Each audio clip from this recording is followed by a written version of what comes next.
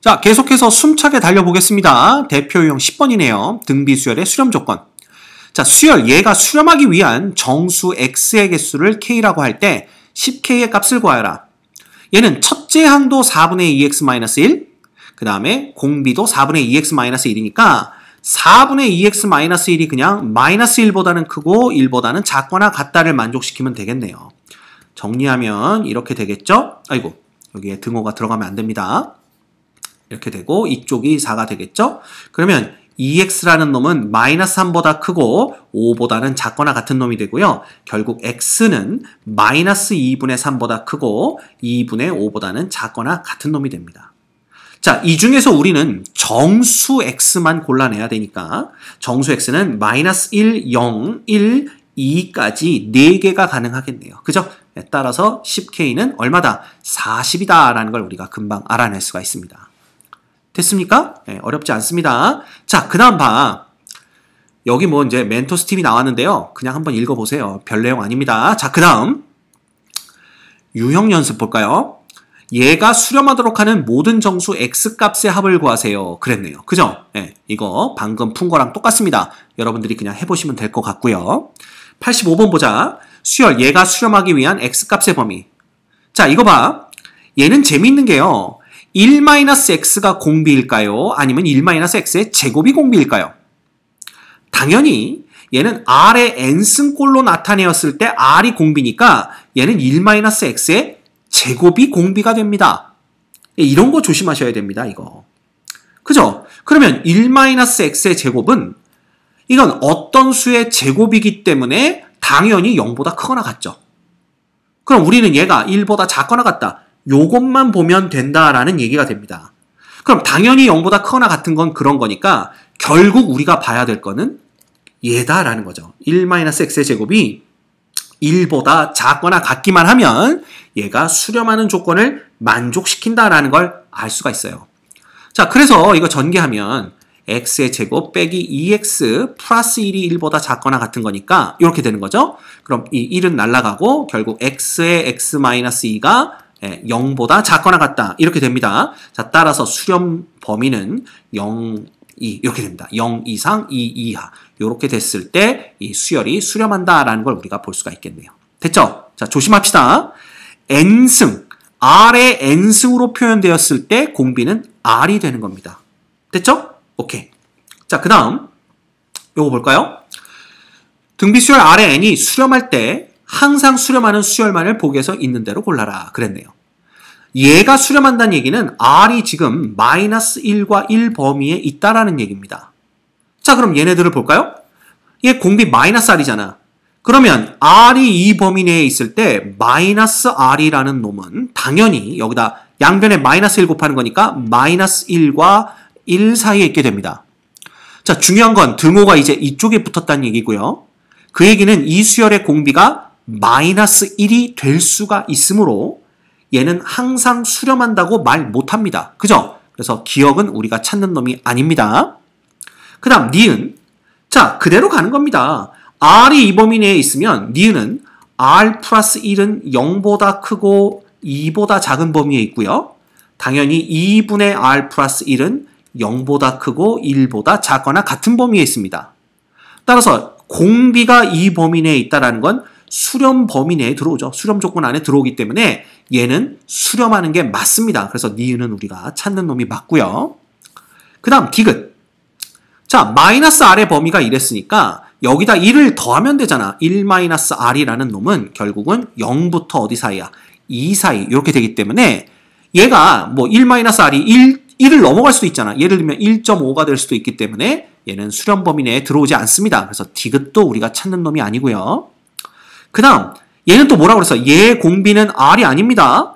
r 제곱인데 자, 보시면 알겠지만 r 제곱은 당연히 0보다 크거나 같고요. 여기서 보시면 알겠지만 1보다 작거나 같습니다. 따라서 얘가 수렴 범위 내에 들어오는 걸 볼 수가 있기 때문에 요 리을도 우리가 항상 수렴한다라는 걸 알 수가 있겠네요. 됐죠? 어렵지 않습니다. 자, 그 다음 r의 n승을 포함한 수열의 극한. 요게 시험에 많이 나옵니다. 그죠? 그럼 봐. 우리가 수열 R의 n승에 대해서 얘가 수렴하느냐 발산하느냐를 나눠서 생각했었죠. 그쵸? 그래서 요런 유형의 문제가 나오면 항상 나눠서 생각하면 됩니다. 그 나눠서 생각해야 되는 게 사실은 이거야. 기억하세요. 첫 번째, 절대값 R이 1보다 큰 경우. 두 번째, 그죠? R이 1인 경우. 세 번째, 절대값 R이 1보다 작은 경우. 네 번째, R이 마이너스 1인 경우. 이렇게 나눠서 푸셔야 됩니다. 이거 꼭 기억하세요. 그죠? 그런데 지금 문제에서는 R은 마이너스 1은 아니다 라고 했으므로 요 놈은 우리가 안 생각하지 않아도 되겠네요. 그죠? 자, 그럼 보자. 절대값 R이 1보다 큰 경우는요. 보시면 알겠지만 이 중에서 n의 값이 커짐에 따라 값이 변하는 놈은 R의 n승밖에 없습니다. 그러면 R의 절대값이 1보다 크다는 얘기는 R의 n승이 점점점 커지게 된다는 얘기죠. 물론 부호가 변할 수도 있겠지만 R 값의 부호에 따라서. 그럼 이런 경우에는 어떻게 해야 돼? 이런 경우엔 당연히 R의 n승으로 분자 분모를 나눠야 되는데 보시면 알겠지만 여기 R의 n승, R의 n승 커지는 놈이 가장 빠른 속도로 커지는 놈이 두 개가 똑같기 때문에 이런 경우에는 계수의 b가 답이 됩니다. 따라서 이 경우에는 이 극한값이 얼마가 되는 거야? 1분의 2 해서 2가 되는 거죠. 두 번째, R이 1인 경우면요. 이거 전부 1 되는 겁니다. 그죠? 그러면 1의 n승 플러스 1은 2가 되고요. 분해. 그 다음에 요놈 2 더하기 1 더하기 1이니까 4 이렇게 되네요. 그래서 요때도 우리가 2로 수렴하는 것을 볼 수가 있습니다. 됐죠? 그 다음 R의 절대값이 1보다 작으면 당연히 봐라. R의 n승은 0으로 수렴을 하게 됩니다. 절대값이 1보다 작기 때문에. 이거 우리 다 공부했던 거죠? 따라서 봐라. 이 경우에는 어떻게 돼? 요 놈과 요 놈이 0이 되는 거니까 남는 놈은 1분의 R 플러스 1 해서 요때는 R 플러스 1 요렇게 되는 것을 우리가 볼 수가 있는 겁니다. 됐죠? 그래서 이거 뭘 구하라? 극한값을 구하라 라고 문제가 나왔으니까 우리는 절대값 R이 1보다 클 때는 2로 수렴, R이 1일 때는 2로 수렴, 절대값 R이 1보다 작을 때에는 R 플러스 1로 수렴 요렇게 얘기를 하면 답을 해주시면 되는 겁니다. 됐죠? 자, 절대값 R이 1보다 크다라는 건 결국 R의 n승이 무한대로 간다. 그죠? 혹은 음의 무한대로 간다는 거니까 요게 절대값이 계속 커진다라는 겁니다. 그래서 아까 R의 n승, R의 n승의 계수들만 보고 문제를 푼 거예요. 됐죠?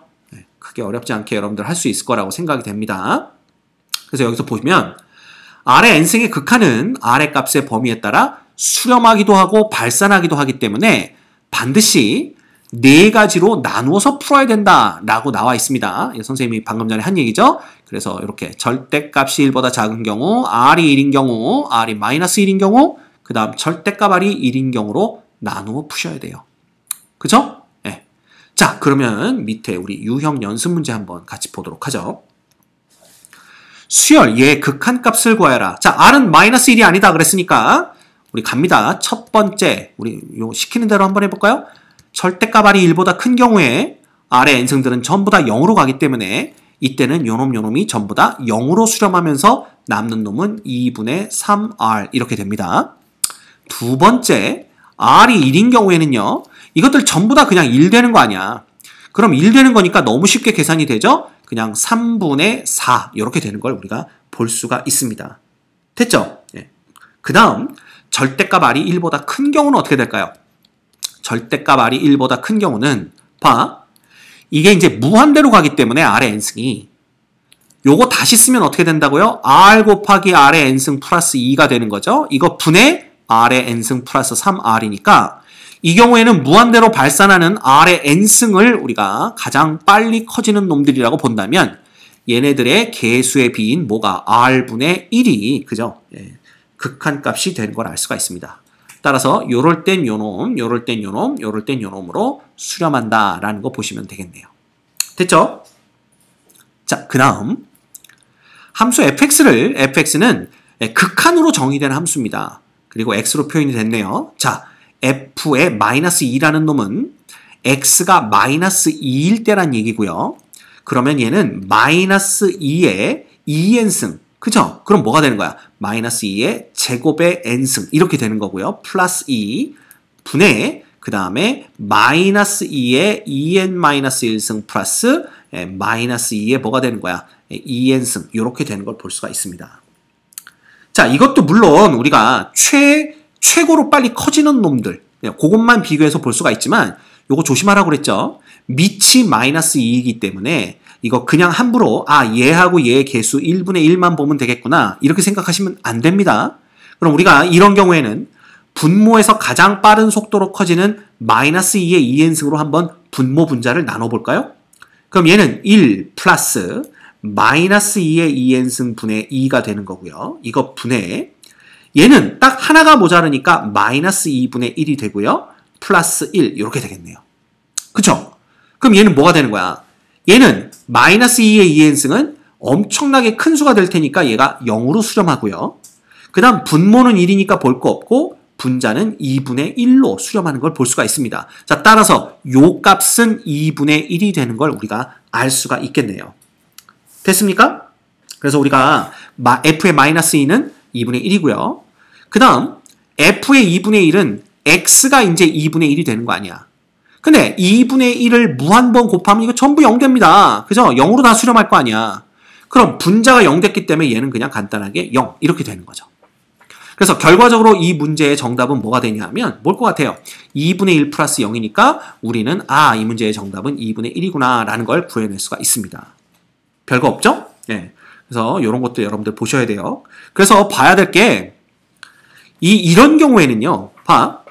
원래는 얘도 R의 n승꼴이 등장한 거거든? 다만 지금은 R이 아니라 X의 n승꼴이 등장한 것 뿐이에요. 그러면 사실 얘도 절대값 X가 1보다 클 때, 절대값 X가 1보다 작을 때, X가 1일 때, X가 마이너스 1일 때 네 가지로 나눠서 생각해야 되지만 지금 구하라는 놈이 특정한 X값을 지정해주고 그거에 해당하는 극한값을 구하라고 나온 거잖아. 굳이 이걸 4개로 나눌 이유가 뭐가 있어? 그죠? 그냥 마이너스 2니까 그때는 요 범위 내에 속하겠구나. 요런 경우 한번 보면 되는 거고요. 2분의 1이니까 요 경우에 속하는 거구나. 그럼 이런 경우 한 번만 보면 됩니다. 굳이 4개로 나누어 풀면서 시간을 낭비할 이유가 없다라는 거죠. 이해가 됩니까? 간단합니다. 자, 89번 볼까요? 똑같은 문제예요. 89번 보시면 이것도 x의 n승꼴이 등장을 했죠. 게다가 그 극한으로 fx가 정의가 되는데 딱 정확하게 2분의 1과 2일 때를 봐라 이렇게 되어 있습니다. 자, 그러면 2분의 1일 때부터 볼까요? 2분의 1을 x에 대입했을 때 2n승이든 2n 플러스 4승이든 n이 무한대로 가면 엄청나게 큰 거듭제곱이 되는 거니까 2분의 1을 계속 곱하면 이 두 개를 다 0 되는 걸 볼 수가 있습니다. 게다가 x에다 2분의 1을 넣기 때문에 분자는 1이 되는 거고요. 당연히 분모도 1이니까 이놈은 1 되는 걸 우리가 금방 알 수 있죠. 됐습니까? 그 다음 2일 때 봅시다. 2일 때. 2일 때는 얘 보면요. 결국은 2의 2n승 플러스 1분의 얘는 잘 봐. 2의 4승을 끄집어내면 16 곱하기 2의 2n승 플러스 4 이렇게 되는 거잖아요. 그죠? 그러면 2의 2n승은 n이 증가하면 엄청나게 커지는 무한대로 발산하는 놈이고요. 따라서 얘네들을 기준으로 이 분자 분모에 가장 빨리 커지는 놈들이 서로 똑같기 때문에 이 경우는 얘네들의 개수의 비인 얼마? 1분의 16. 그래서 16이 답이 되는 걸 볼 수가 있습니다. 따라서 이 FA는 16이니까 결과적으로 이 문제의 정답은 1과 16을 더한 17이 정답이 되는 걸 볼 수가 있겠네요. 됐습니까? 오케이. 이렇게 되는 겁니다. 자, 여러분들 88번, 89번 유형이 시험에 가장 많이 등장하는 유형입니다. 그죠? 그래서 이런 유형들 틀리지 않도록, 헷갈리지 않도록 연습을 많이 해두셔야 되고요. 조심해야 될 게 아까처럼 봐라. 이 두 문제의 차이점은요. 여기는 x에 2n승이 등장하는 놈이 요거 하나밖에 없지만 이 위의 문제에는 여기도 있고 여기도 있습니다. 따라서 이런 경우에는 지금처럼 2의 2n승, 2의 2n승 해서 요거 둘의 개수의 비 16으로 답을 금방 구해낼 수 있지만 위의 문제에서는요. 그쵸? 이렇다고 해서 여기 1 있고 여기 1 있는 거니까 1분의 1이 답이 있구나. 이렇게 생각하면 안 된다라는 거예요. 그죠? x가 마이너스 2일 때 반드시 밑이 똑같은 놈이 있기 때문에 그 놈까지 고려를 해서 생각을 해주셔야 됩니다. 그래서 얘를 아까 사실 이 88번을 지금처럼 개수의 b만 가지고 풀고 싶으면 어떻게 하라고 그랬어? 이런 경우에는 x의 2n-1승으로 묶어내셔야 됩니다. 그쵸? 따라서 이 경우에는 1 플러스 x 이렇게 되나요? 네, 이렇게 되는 거죠. 그 다음에 x 곱하기 x의 2n-1 플러스 2로 바꿔주시면 됩니다. 자, 그러면 얘가 마이너스 2인 경우에잖아요. 그죠? x가 마이너스 2인 경우니까 요때는 요거 똑같잖아. 그러면 마이너스 2분의 1 마이너스 2, 요 개수의 b, x분의 1 플러스 x로부터 f의 마이너스 2 값을 구해낼 수가 있게 되는 겁니다. 이거 얼마야? 2분의 1, 이렇게 되는 거죠. 됐죠? 그래서 우리가 요거 간단하게 또 2분의 1이라는 것을 이런 식으로 구해낼 수 있다는 거 봤습니다. 그래서 기억하세요. 밑이 똑같지만 지수가 n에 관련돼서 다르게 나오는 놈이 있다면 반드시 밑이 똑같은 놈들로 묶어줘서 생각해야만 우리가 개수의 개수 b만 가지고 답을 구해낼 수 있게 되는 겁니다. 알겠습니까? 이 부분만 조심하시면 될 것 같아요.